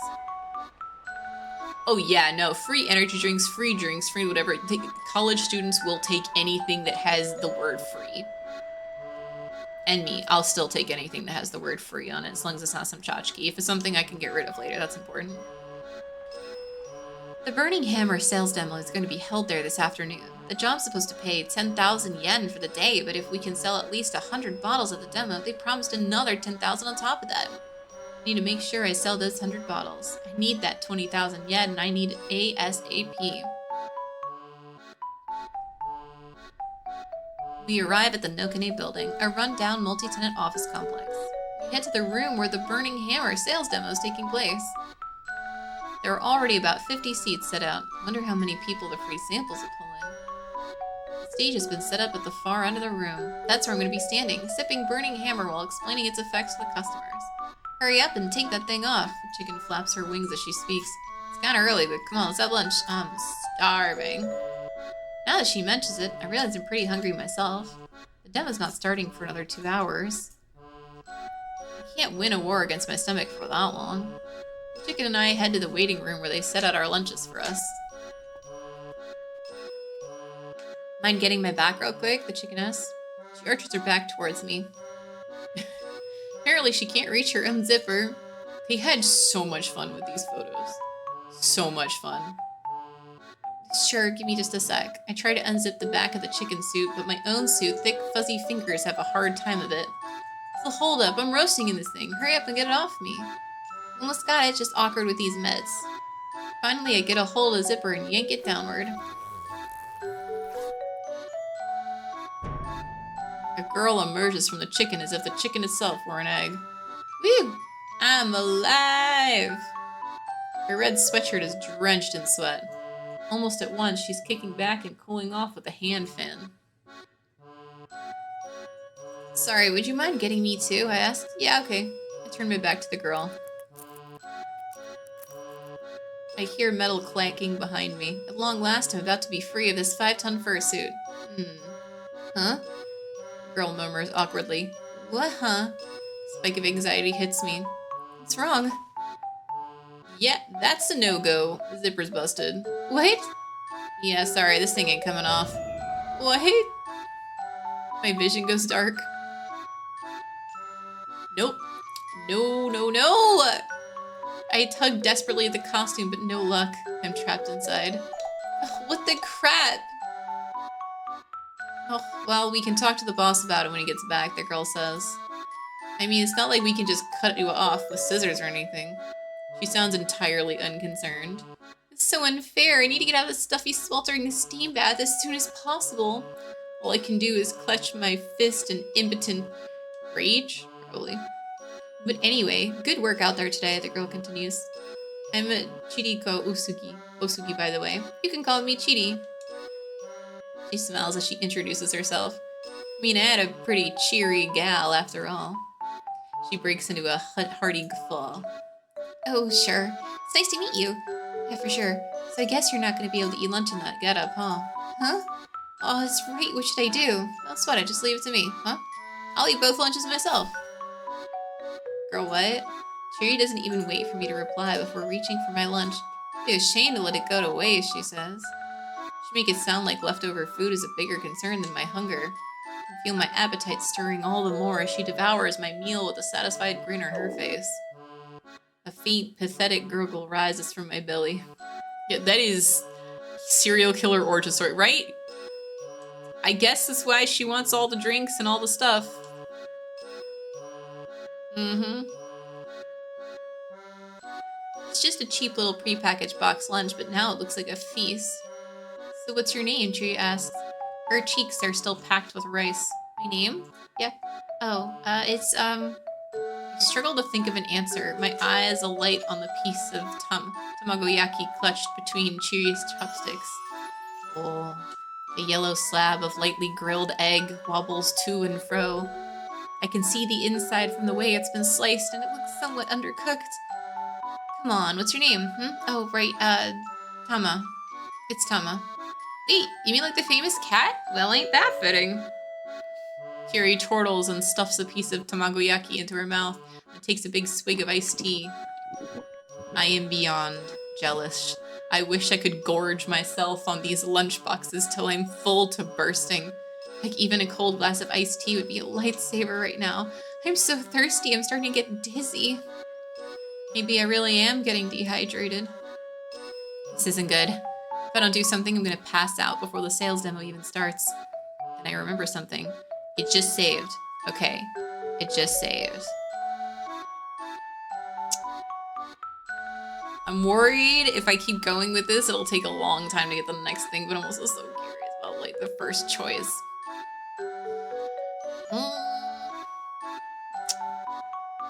Oh, so tempted. Okay. No. This is a good time. This is a good time. Right here. Right here. This moment. Right now. This is where it ends for the day. Right here, where we have Tama, this poor girl, desperate.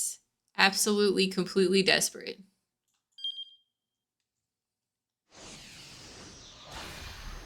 We will continue this next week, and I really look forward to it. This has been, so far, honestly, quite a delight, I have to say. Like, I was expecting it to be pretty fun and pretty silly, but like it's a totally unique experience and I'm thoroughly enjoying it. I hope you all are too. And that you'll join me next week as we continue through this crazy, silly adventure and find out what's like is. I don't know how many hours the game is for, but like I wonder if we'll see Tama outside of her suit. Maybe, maybe no. Who knows? At least for the next 2 hours of like game hours, we won't. She'll be in that suit for a hot minute, poor girl. All right, so thank you all again for joining. And I'll see you next week.